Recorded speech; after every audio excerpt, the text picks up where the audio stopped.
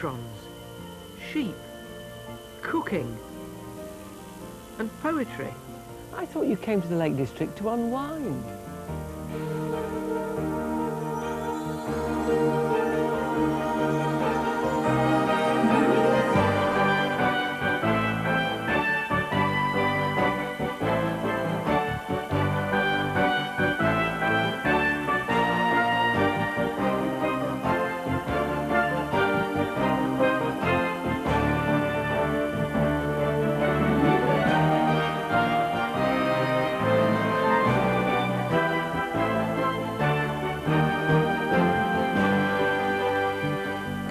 Home of the Lake District, 900 square miles of beautiful countryside. We start our journey in Hawkshead, population just 600.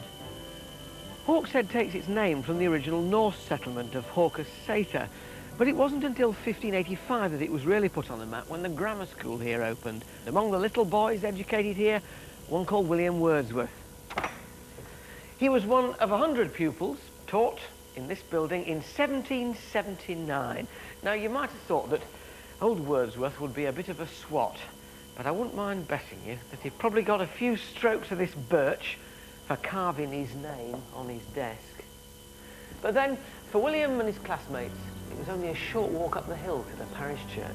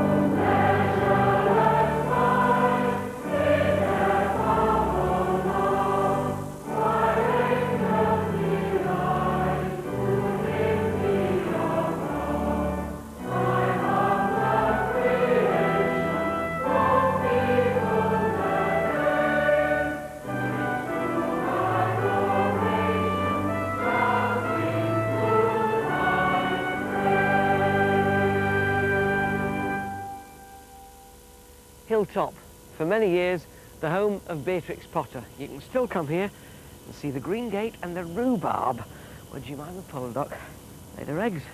There's one still here. Beatrix Potter bequeathed 14 farms to the National Trust, along with her legacy of children's books and Herdwick sheep.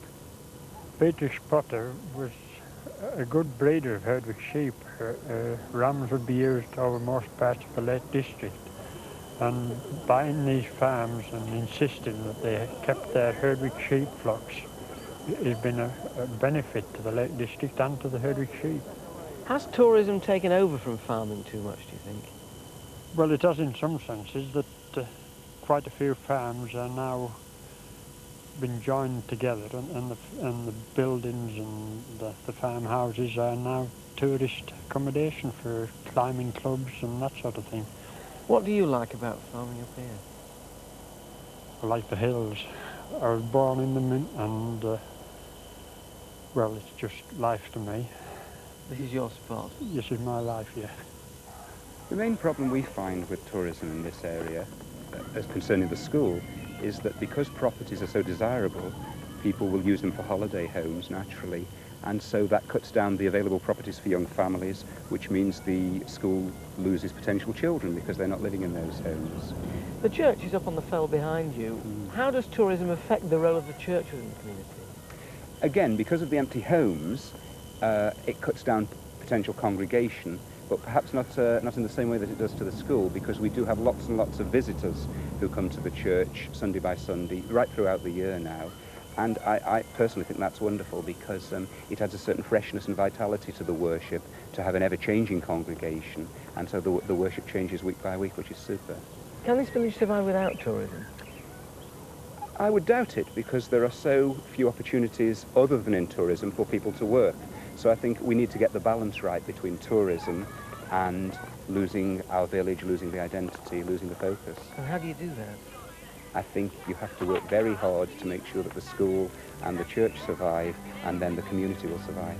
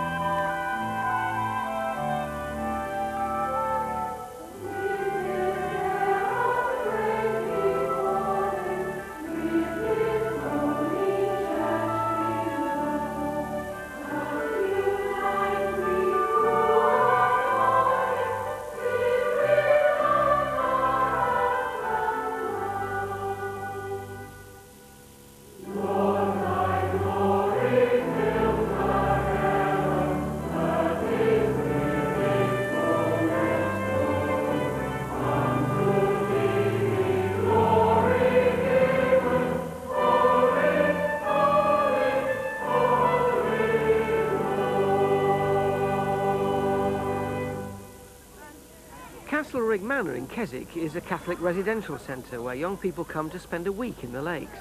The centre was founded here on this site in 1969, and the main work of the centre is the personal, social and spiritual education of young people.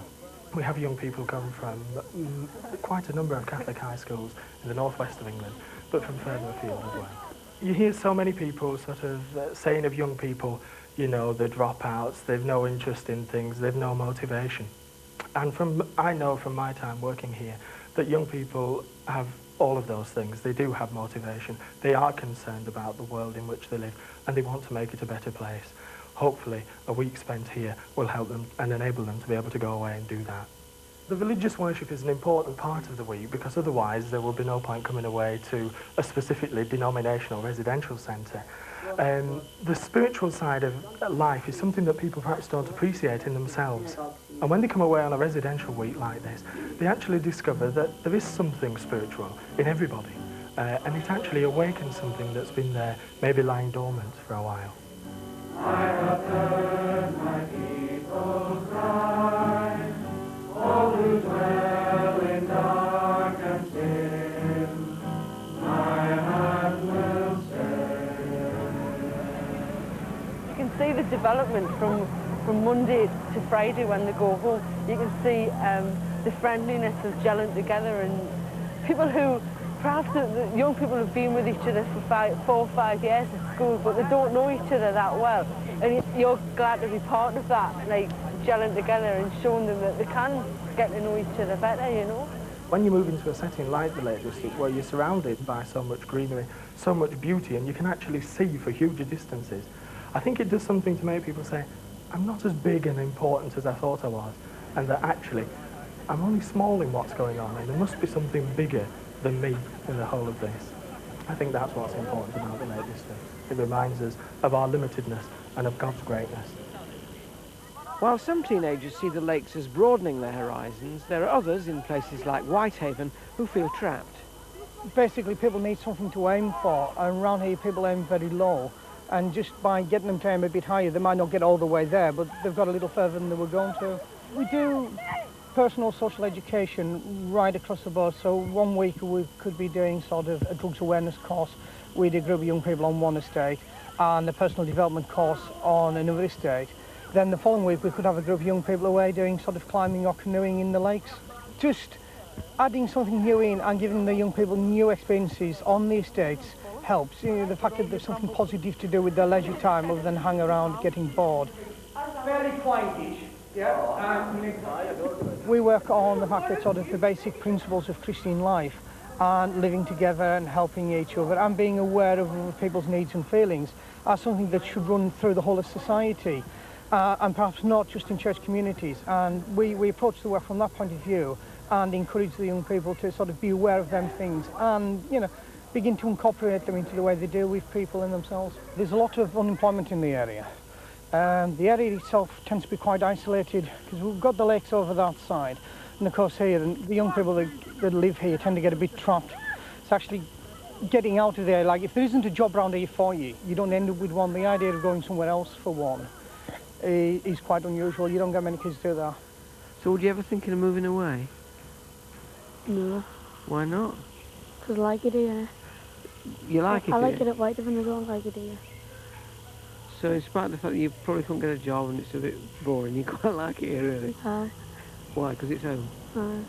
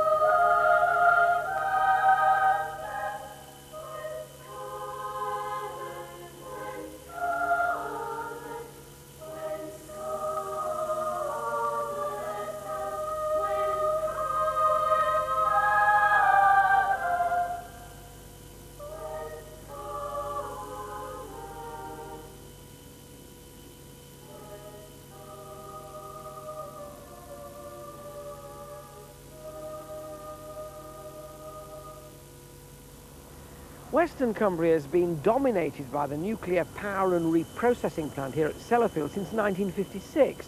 It's It's the largest employer in Cumbria. 7,000 people work here and 160,000 come every year as tourists. There's a new initiative this year, that of an industrial mission, with visiting chaplains from different denominations. We are a very new venture. We've only been set up as a mission for a few months, and because of the size of this site, it's a huge site, it's going to take time for people to get to know us. Although people are beginning to recognise us now, Bert and myself and Father Dan Darrigan. I think we've got to show people that God is real, not just in church, but the whole of life. God is real in the home, on the street, in the fells, and in the workplace. What sort of problems do they have, Bert, when they come to you in a place like this? Well, it's not quite just about problems. We're actually trying to minister to people in their strength. So we're not running an ambulance service or a welfare or a social service. We're actually here to try to resource people, encourage them. What about God's role in a place like this that a lot of people would see as the devil incarnate? Well, my belief is that God is and continues to be the creator. Men and women have been given the chance and the job, the responsibility of being co-creators. I firmly believe again that this is part of that co-creation. Neil, do you see this as a thing which is something that can happen at other places? Yes, and there are many industrial chaplains across the country, and we hope that there will be more. Industry is changing so much, and I feel that it's very important that the Christian Church has a presence in the midst of the change. What sort of results do you see? Well, I wouldn't like to talk in terms of results. How do you actually measure results? To do with being a living presence, being available for people, being a critique and a challenge. We're called to be the salt of the earth, the light to the world. How do you measure that, really?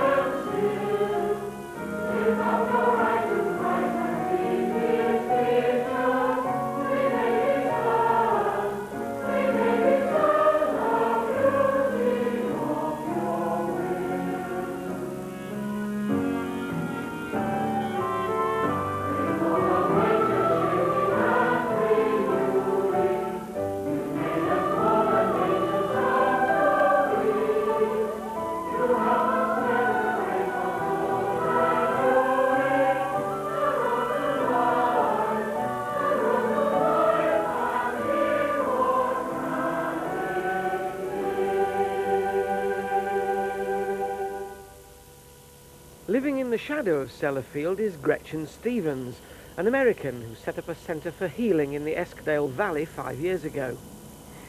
I think people come here because they have pain or fear. They come for a variety of reasons, but basically because there's something wrong. They are out of balance. What healing does is to release the fear. It takes away the fear, puts us back in right relationship with God, and at that point the person becomes free. And it might be freedom to die, and it might be freedom to live. So it's well-being, it's coming home, it's becoming you. Why do you think it works? I think it works because it's true. It's quite funny because people often, they want to be very straight with me. And they're slightly nervous very often because they think either that it's something to do with magic or that it's a sort of religious mania. So they do feel nervous when they come in. And they will occasionally say to me, I think that I ought to tell you that I don't go to church. And I say, well, that's fine with me. It's not really my business. And then they say, and I think I should tell you that I don't believe in healing. And I say, that's fine. I'm not offended by that. You could tell me that you don't believe in electricity, and I wouldn't be offended by that either. But if you accompany me to the socket on the wall, you might change your mind. So are you a faith healer? I'm not comfortable with that expression because it suggests to me a kind of intellectually dishonest bargain where I would require of someone that they would pretend to believe what I believe and their elbow would get better. What does the medical profession make of it? I wouldn't speak for the medical profession, what they feel about healing, but in terms of what goes on here, we've had a lot of support locally. I didn't go around and try and convince doctors, and I knew it wouldn't work anyway, and it's a different language. It's really not about cures, it's really more about coming back into balance, into right relationship with God, and then whatever happens, happens in the right way for that person.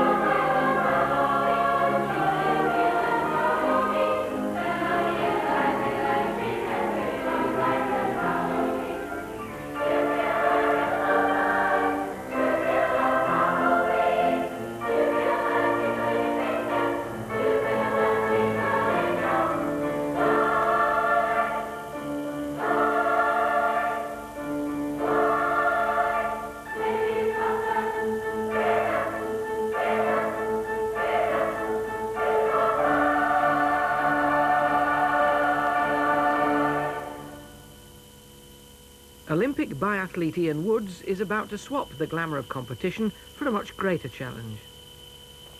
Biathlon is the combination of two sports. On the one hand, you've got cross-country skiing, which is very explosive, very dynamic, long endurance-based sport. And then you've got the fine motor skill sport of target rifle shooting, which requires a cool hand, a cool head, and a lot of mental discipline. And to put the two together, it takes a lot of training and a lot of patience, because the two don't work together naturally. By nature, they grate against one another. So it requires a lot of training and a lot of discipline. Well, having got that discipline and got as good as you've got, why are you now giving it up? Well, being a Christian involves discipline as well, and that means being obedient to what Christ wants us to do with our lives. I believe there's a calling on my life here to work with people in Cumbria. Part of that will be working with the Lakes Christian Centre and with children, but all ages as well. We'll try and get kids out into the hills and use that to give them a good time, tell them a little bit about Jesus, try and bring them into the church, and there's no reason why we can't do that with adults as well. And is that going to be as thrilling for you as competing in the Olympics is? I'm sure it's going to be as enjoyable, and it's actually going to be a much bigger challenge, because even though getting to the Olympics was a big challenge, it's taken me 10 years to get there. To reach out to men today in Cumbria is far more important. It's a much bigger challenge, and it's God's great commission to go and make disciples of all nations. So I believe that God's going to equip me to do that work, and I'm sure it's going to be exciting. Perched above Lake Windermere with breathtaking views is the famous Miller Howe Hotel. Its owner and master chef is John Tovey, who recently rediscovered his faith. In my youth, I was an absolute religious maniac. I used to go to church 3 times on a Sunday and belong to all the societies. And at the age of 11, I was, in fact, got my first press release, which said, the angelic singing by the chorus of St. Mary's Walney has got to be heard to be believed. Then I went to Central Africa when I was 16 as a junior cadet officer. And, of course, places where I lived didn't even have a church. They'd have a service every 12 weeks. But all through my life, I've known that religion meant something to me. And my best friend, Delia Smith, said to me time and time again, John, it's going to happen, just relax. And suddenly one day, I went into St. Mary's, Bury, where they actually do the Book of Common Prayer service. And somebody turned around to me and said, we haven't had the pleasure of your company before. Can we help you with the service? So I said, no, I've come because, you know, I've seen the Common Prayer book. I'm absolutely over the moon. And within 10 minutes, I'd arrived. I was there, part of a family. Wonderful choir, 400 or 500 people in the congregation. It's wonderful. So what difference does it make to you? It's made me realise in these troubled times, I haven't gone to him out of necessity. I've suddenly realised I've given myself to him, and I think we are having a dreadful time business-wise at the moment. Everybody is. And I just know that I just trust him. At the end, something's going to happen. It's all going to come out well. And the folk who say, how can you possibly reconcile all that with cooking such rich and expensive food? I feel sorry for them, really, that A, they can't share it, but I also say we're just doing the communion of fellowship of food and wine. Well, you've very good health. Yes, cheers.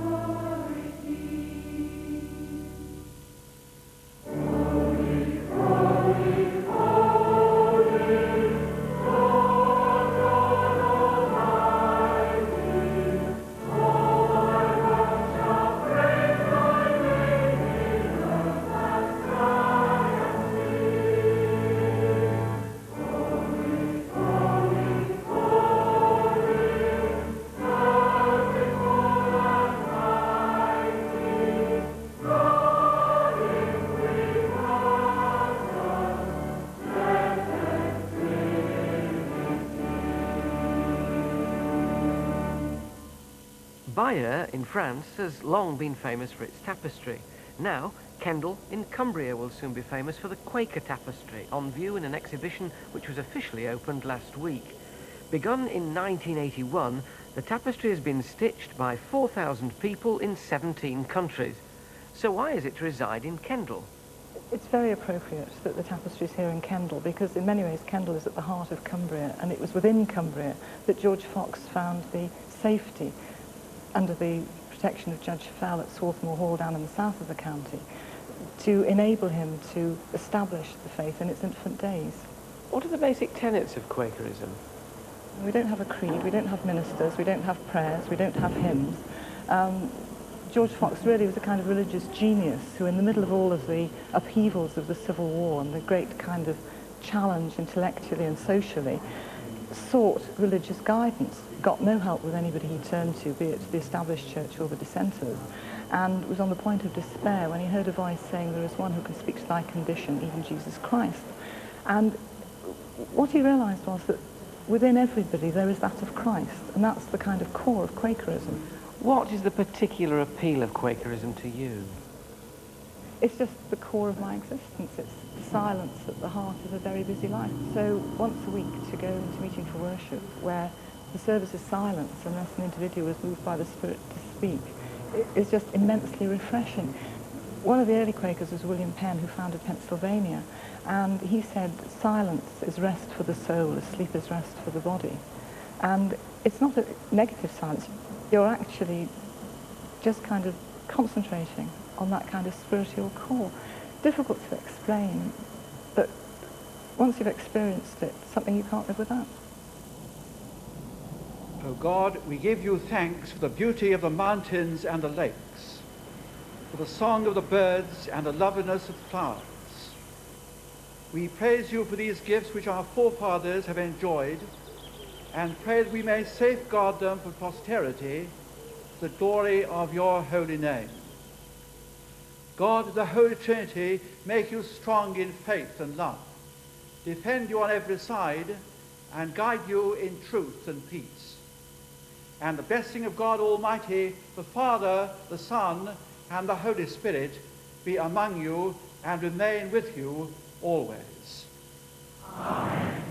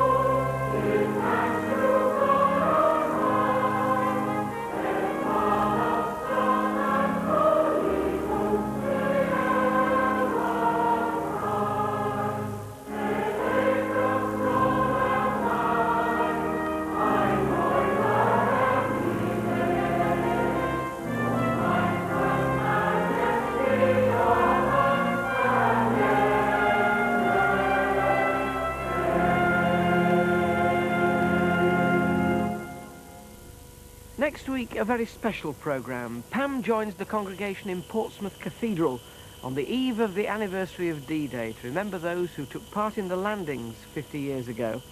But for now, from the peace and tranquility of Hawkshead in the Lake District, goodbye.